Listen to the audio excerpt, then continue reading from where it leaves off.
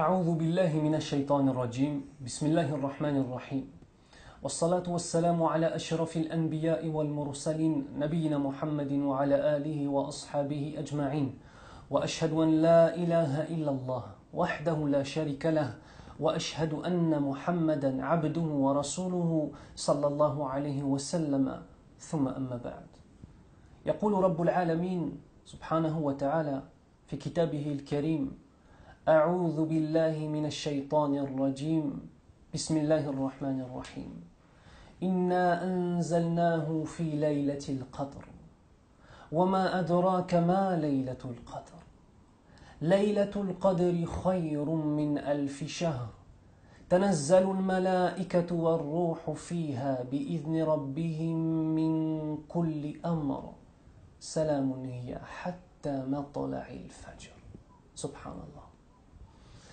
Allah subhanahu wa ta'ala nous dit, dans la traduction du verset, certes, nous l'avons descendu au cours de la nuit du Qadar, la nuit du destin. Et sauras-tu ce qu'est la nuit du destin? La nuit du destin est meilleure que 1000 mois. Durant cette nuit, ces anges, ainsi que Ruh, c'est-à-dire Jibril al-Amin, alayhi salam, descendent en suivant tous les ordres d'Allah Azza wa Jal et en s'acquittant des ordres d'Allah subhanahu wa ta'ala. Elle est paix jusqu'au temps du Fajr.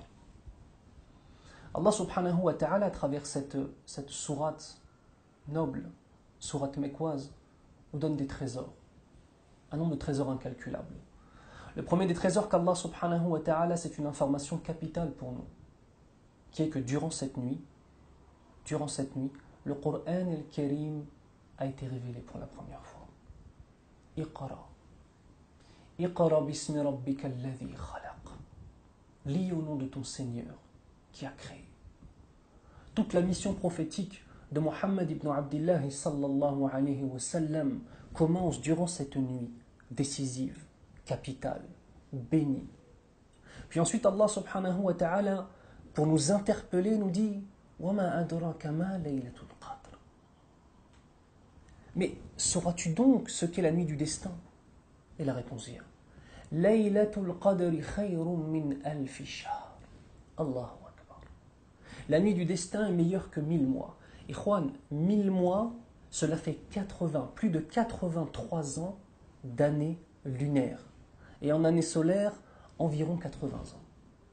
Une seule nuit. Meilleure que 83 années lunaires. Est-ce que ça peut exister? Il n'y a qu'Allah subhanahu wa ta'ala, par sa miséricorde et par sa volonté de nous faire rentrer à son paradis, qui peut nous donner une telle occasion.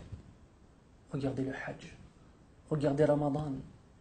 Et malgré le fait que Ramadan, kulluhu, entièrement, ne soit que miséricorde et occasion pour nous d'obtenir le pardon d'Allah Azza wa Jal et d'obtenir la satisfaction d'Allah Azza wa Jal et de pouvoir obtenir, incha'Allah, le paradis. Malgré tout cela, Allah Azza wa Jal, encore, il nous rajoute. Laylatul Qadri khayrun min alfi shahr. Les anges y descendent, tellement cette nuit est mubaraka et bénie. Salamun hiya hatta matla'i al-fajr. Cette sourate cette nuit n'est que paix. Ce n'est que paix. Et Akhil Karim, il faut se poser un certain nombre de questions. À quel point Allah Azza wa Jal nous aime pour nous donner sans arrêt des occasions de nous racheter. À quel point nous aimons Allah Azza wa Jal si peu finalement, pour sans arrêt lui désobéir. Et moi le premier. Pour sans arrêt lui désobéir et ne pas saisir toutes ces occasions qu'Allah Azza wa Jal nous tend, nous donne, nous incite à faire. Subhanallah. Regardez le fadl de Laylatul Qadr. Le prophète sallallahu alayhi wa sallam nous dit, dans la traduction et le sens d'un hadith, celui qui priera Laylatul Qadr, imanan wa ihtisaban, en ayant la foi en Allah Azza wa Jal et en espérant sa récompense, il verra tous ses péchés lui être pardonnés. Allahu Akbar. Allahumma arzuqna ya Rabbal alamin. De même, Allah subhanahu wa ta'ala, durant cette nuit, accepte les invocations de ses adorateurs. Lorsque Aïcha radiallahu anha a questionné le prophète sallallahu alayhi wa sallam sur cette nuit et sur les invocations, deux choses. La première, c'est qu'il l'a informé sallallahu alayhi wa sallam que les invocations sont acceptées durant cette nuit. La deuxième des choses, il lui a dit quelle est la meilleure des invocations à dire. فقال اللهم إنك عفو تحب العفو فاعف عني. Oh Allah, Ya Allah, certes, tu es celui qui pardonne sans arrêt et tu aimes le pardon. Ainsi, pardonne-moi. Allahumma hafir lana ya rabbal alamin. Deux choses importantes.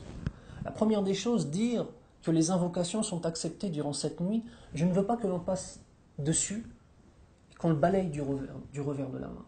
Comme si c'était une chose qui était simple, qui était légère, qui n'était pas lourde de sens. Est-ce que tu te rends compte, Akhi, qu'Allah Azza wa Jal, durant cette nuit, accepte tes invocations? Que peut-être cette nuit-là, tu vas demander à Allah Azza wa Jal d'accéder au paradis et qu'Allah va l'exaucer. Et que par cela, tu vas accéder au paradis. Subhanallah. Peut-être qu'Allah subhanahu wa ta'ala, durant cette nuit, va exaucer une dua que tu vas faire pour tes frères et sœurs à travers le monde, les musulmans qui sont oppressés. Et peut-être que par ta dua à toi, par ton invocation à toi, Allah Azza wa Jal va libérer un peuple entier. Ou alléger les souffrances d'un peuple entier. Une dua. Vous savez, nous avons un hadith qui est très connu, qui nous dit que l'invocation est l'épée du croyant. C'est notre arme. C'est notre arme. Une dernière question se pose. Quand Laylatul Qadr a-t-elle eu lieu? Les savants ont divergé sur cette question-là, vis-à-vis de ce point-là. Chose importante, la divergence vis-à-vis de Laylatul Qadr ne doit provoquer aucune animosité entre les musulmans. Ainsi, nous avons la certitude que Laylatul Qadr a bien eu lieu le 27 du mois Ramadan, du mois de Ramadan, effectivement. Mais nous avons d'autres hadiths où le prophète sallallahu alayhi wa sallam nous incite en nous disant cherchez la nuit du destin, Laylatul Qadr, durant les 10 dernières nuits impaires du mois de Ramadan. Ainsi, elle peut être la nuit du 21, du 23, du 25, du 27 ou du 29, incha'Allah ta'ala. Et on demande à Allah Azza wa Jal de faire en sorte que durant cette nuit, Allah Azza wa Jal et ses anges qui écrivent nos actions nous trouvent en prosternation, nous trouvent en recours, nous trouvent en récitation du Coran, nous trouvent dans une situation spirituelle qui se dirige et qu'on soit enclin au pardon de nos frères et sœurs vis-à-vis de leurs erreurs et qu'on ait un tasammuh entre nous.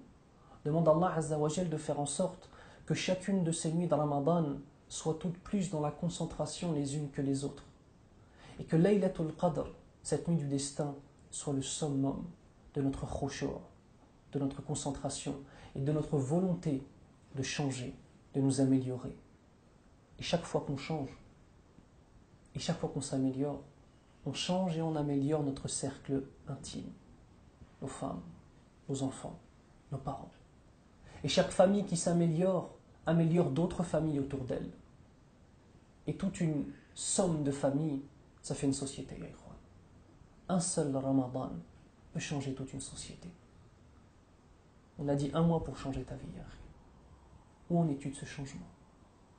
On arrive presque à la fin du mois de Ramadan. Qu'en est-il de ton changement? Est-ce que tu as juste eu des lumières d'éclaircissement de foi? Ainsi tu es un illuminé qui retourne par la suite dans les ténèbres? Ou est-ce que maintenant tu es devenu quelqu'un d'éclairé?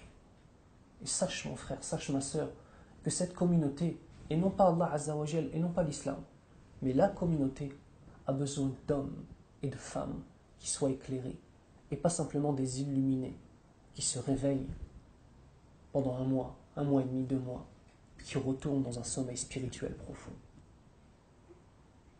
Laylatul Qadri khayrun min alfi shahr. Je demande à Allah Azza wa Jal de faire en sorte que durant cette nuit, nous soyons tous dans son adoration de la façon la plus complète et que cette nuit soit l'occasion pour nous d'évoluer et d'être meilleurs dans notre relation spirituelle avec notre Seigneur. Subhanakallahumma wa bihamdik ashhadu an la ilaha illa ant astaghfiruka wa